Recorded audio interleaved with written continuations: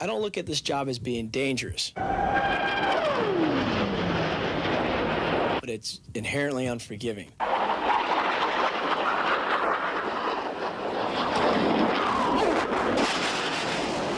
We've all done cruises on the carriers for about 3 years, and then most of us have come from being instructor pilots in the airplanes.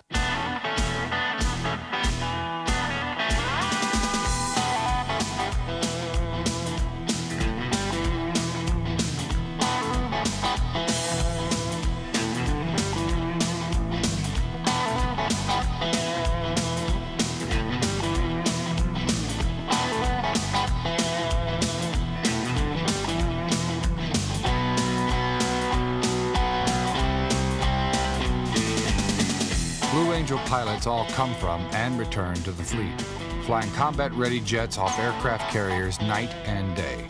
If the need should arise, all Blue Angel pilots and their airplanes could be made combat-ready in a mere 48 hours.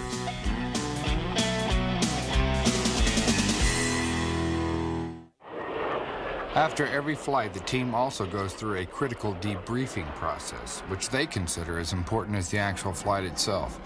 They hash out what worked, what didn't, and no punches are pulled.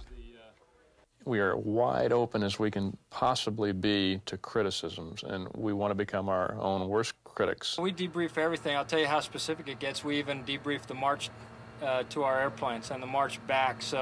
And you get picked on for every little thing. And most of us haven't marched in 10 years of being in the Navy, so they get very, very specific. The debriefing process takes probably twice as long as the flight took itself. Rank doesn't come into play, experience levels, those are good, but you have to set those aside when the criticism starts to come, because that's the only way you're going to learn the maneuver, and that's the only way you're going to get to where the maneuver looks good and it's safe.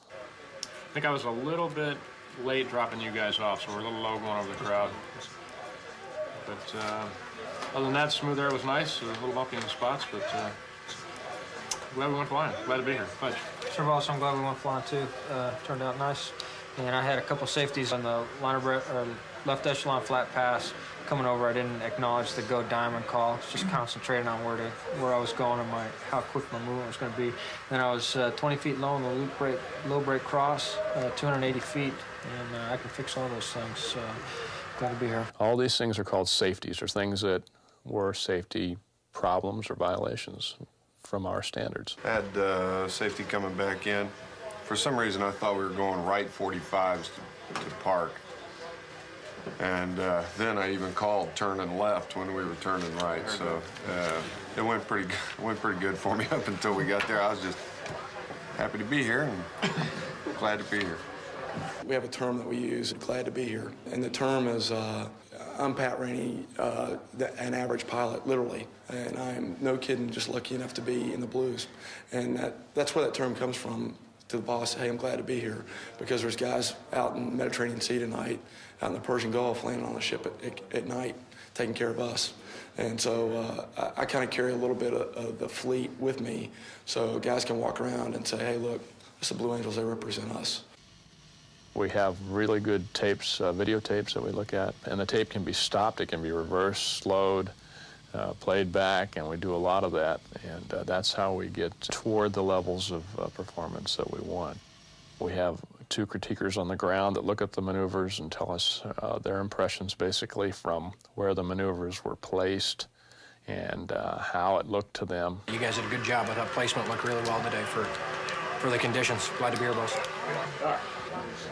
Get a nice one-plane look before center point, and then okay smoke off. When we make these mistakes and we fess up to them, and we do it every time we fly, it's just an extremely important aspect of what we do. What we do after we've said it is, I made this mistake and I'll fix it. You always say that you're going to fix it. And what that leaves the rest of us with the feeling is that you recognize your mistake and you're going to take corrective action not to let it happen again. So it doesn't drop our confidence level in another person in the formation. If you don't take it seriously and don't debrief, if you ever get complacent, you're going to kill yourself or you're going to kill somebody else. Now, you got to be able to learn each and every time you go flying, because there's never been the perfect flight demonstration yet that the Blues have ever put on, so we're always looking to perfect it. All that preparation continues to pay off, and the team wanted to be at their best for the upcoming tour of Europe. The Blues may never fly the perfect air show, but it sure is fun watching them try. Teamwork, it's what the Blues are all about. Whether they're on the ground or flying just inches apart, working together as a group is the key to the squadron's success. Every day.